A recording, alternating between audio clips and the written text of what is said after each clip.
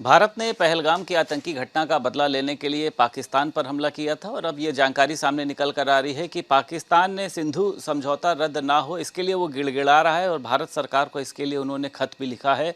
उत्तर प्रदेश सरकार में कैबिनेट मंत्री अनिल राजभर हमारे साथ मौजूद हैं। पाकिस्तान को ले आए घुटनों पर। अब देखिए, अब गिड़गिड़ाने लग गया। जो लोग कह रहे थे कि सिंधु नदी का समझौता रद्द करने से क्या होगा, वो गुहार लगा रहे हैं कि इसको बंद ना किया जाए, पहले जैसी यथास्थिति रहने दी जाए। नहीं, बिल्कुल इसको स्थगित रखना चाहिए। जो सरकार ने फैसला किया है, जब तक एक भी आतंकवादी पाकिस्तान के अंदर जिंदा है, मैं समझता हूं कि माननीय प्रधानमंत्री जी का निर्णय बदलेगा नहीं और पूरा देश भी यही चाहता है। वहां की सरकार कुछ कह रही है, वहां का जनरल कुछ कह रहा है। तो ये जो बयानों में, व्यवहारों में दोहरापन है, दोगलापन है, आखिर उसका जिम्मेदार कौन होगा? माननीय प्रधानमंत्री मोदी जी ने जो फैसला किया है, मैं समझता हूं कि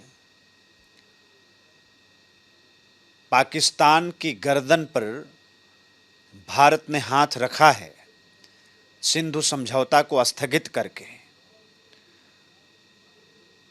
बहुत बड़ा फैसला माननीय प्रधानमंत्री जी ने किया है। पूरा देश उसका अभिनंदन कर रहा है, पूरी दुनिया उसका स्वागत कर रही है। और जब तक ये सुनिश्चित नहीं हो जाता है कि पाकिस्तान की धरती से भारत के खिलाफ इस तरह की कोई कार्रवाई नहीं होगी, मैं समझता हूं कि माननीय प्रधानमंत्री जी इस पर कोई नरमी बरतने वाले नहीं हैं। तुर्की को लेकर लगातार बॉयकॉट करने की मांग चल रही है। जब कांग्रेस से इस पे सवाल पूछा जाता है तो वो खामोश हो जाती है। आप इसको किस तरीके से देखते हैं? देखिए, पूरे दुनिया के अंदर जहां कहीं भी भारत विरोधी मानसिकता है, उसके साथ आपको कांग्रेस खड़ा हुआ नजर आएगी। भारत के पक्ष में आज की तारीख में भारत के साथ कभी खड़ा होता हुआ कोई कांग्रेसी नहीं दिखता है। स्वाभाविक है, देश की जनता ने कितनी बड़ी पहल की है। जो लोग वहां घूमने के लिए जाते थे, हजारों की संख्या में लोगों ने अपना टिकट कैंसिल कराया है, बुकिंग कैंसिल कराई है। तो जनभावना क्या है? भारत के खिलाफ जो भी काम करेगा हम उसके विरुद्ध हैं। और कांग्रेस की मानसिकता आप देख रहे हैं, जो भी भारत के खिलाफ रहेगा हम उसके साथ हैं। कांग्रेस की मानसिकता ये है। देश पूरा देख रहा है। मैं समझता हूं कि जल्द तुर्की को लेकर भी सरकार फैसला करेगी। जनता ने पहल कर दिया है, हम लोग अभिनंदन करना चाहते हैं। ऑपरेशन सिंदूर के आपने तिरंगा यात्रा निकाली है। सपा कांग्रेस कह रही है इसके हम खिलाफ शर्म करो यात्रा निकालेंगे। शहादत पर आप लोग राजनीति कर रहे हैं, वोट मांग रहे हैं। आपको लगता है इस पर राजनीतिकरण होना चाहिए? बिल्कुल नहीं होना चाहिए। देखिए, हर चीज़ की एक सीमा होती है और जहाँ कहीं भी देश का सवाल आए तो नेशन फर्स्ट के मनोभाव के साथ हर भारतीय को आगे बढ़ना चाहिए। आज मोदी जी की सरकार देश प्रथम के भाव के साथ काम कर रही है। तिरंगा यात्रा को जिस तरह से समर्थन मिल रहा है आप देख रहे हैं। आम भारतीय उस यात्रा में शामिल होकर अपनी सेना का मनोबल बढ़ा रहा है। लेकिन प्रतिपक्ष पूरी तरीके से नकारात्मक भाव से भरा हुआ है।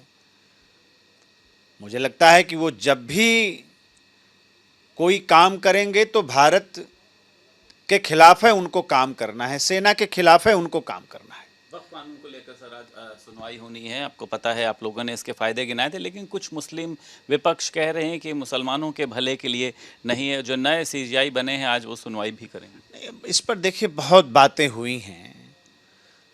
मोदी जी की सरकार ने आम जनता को,